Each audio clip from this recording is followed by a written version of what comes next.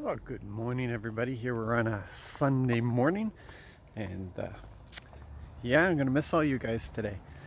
I don't get to hang out with my tribe today. We're on vacation, so we're gonna hit up a few other churches and try to make some connections with some pastors and such. And sorry for the lighting. The sun's behind me this morning as I'm walking.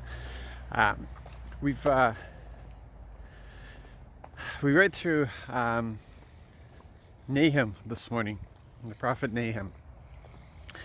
And you know, I'm like some of you. It's really hard to read through the judgment that the Lord brings in. Judgment should never be something that we're comfortable with reading. It's not supposed to be a comfortable thing. And we read the death and destruction that will be brought upon the Assyrians, because the Assyrians were used by the Lord to bring correction to Israel, and they went way overboard. And so the Lord would use the Babylonians to come in and bring correction to Assyria for going way beyond what he wanted them to do.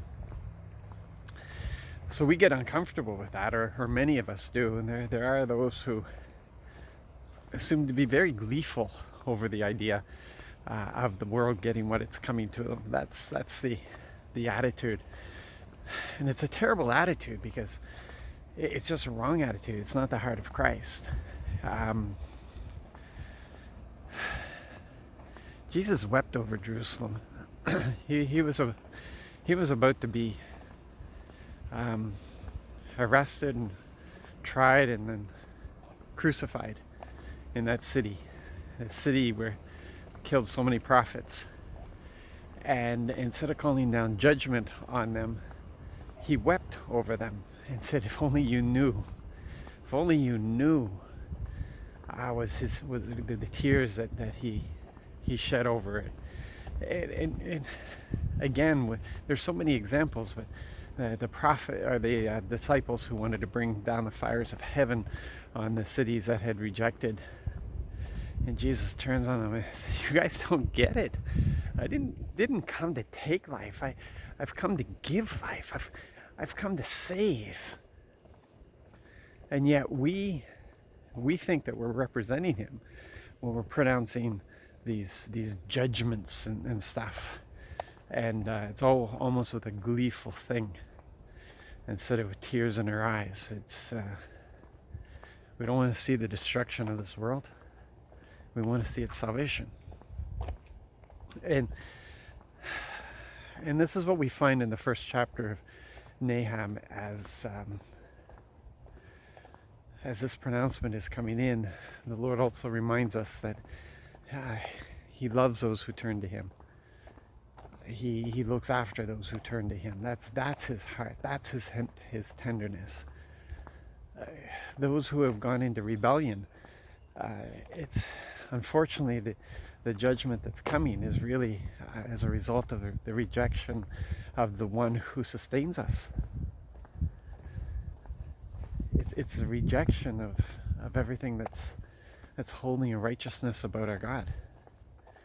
It's the rejection of without him thinking about us all the time, we'd cease to exist. And so it's the rejection of him that's what the judgment is really about. And he's given us the escape clause of Jesus Christ. And so those who reject Jesus, it's not something that he takes great joy in doing. It's not. No. Even the correction that he needs to bring to us, his children, it's for our benefit. It's not because of something he takes great joy in. You look at how he wept and mourned over what he had to do with Israel. That's not what he wanted to do, and he had warned them against it.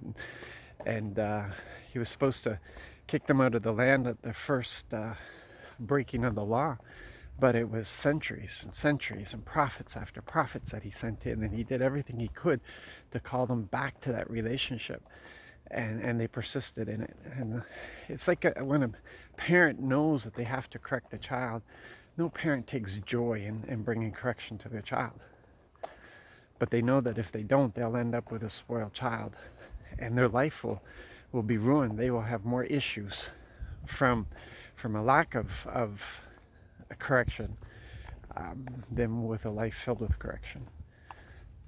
So as hard as it is for us to read these judgments, it is the reality of what happens when we rebel against the one who has given us life, the one who loves us, the one who pursues us.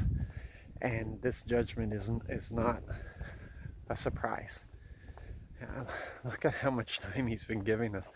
Over 2,000 years he's been giving us to try to convince, to try to demonstrate to as many people as possible his love and the solution that he's given. So this is why we do what we do. The church is here. We as a body come together for instruction, for training, for building up, for encouragement, so that we can continue in this world and do what we've been given to do. So let's keep that in mind. There's purpose in our gathering today, and there's purpose in our going out. So you be blessed, be encouraged, and draw close to him today and to each other. God bless.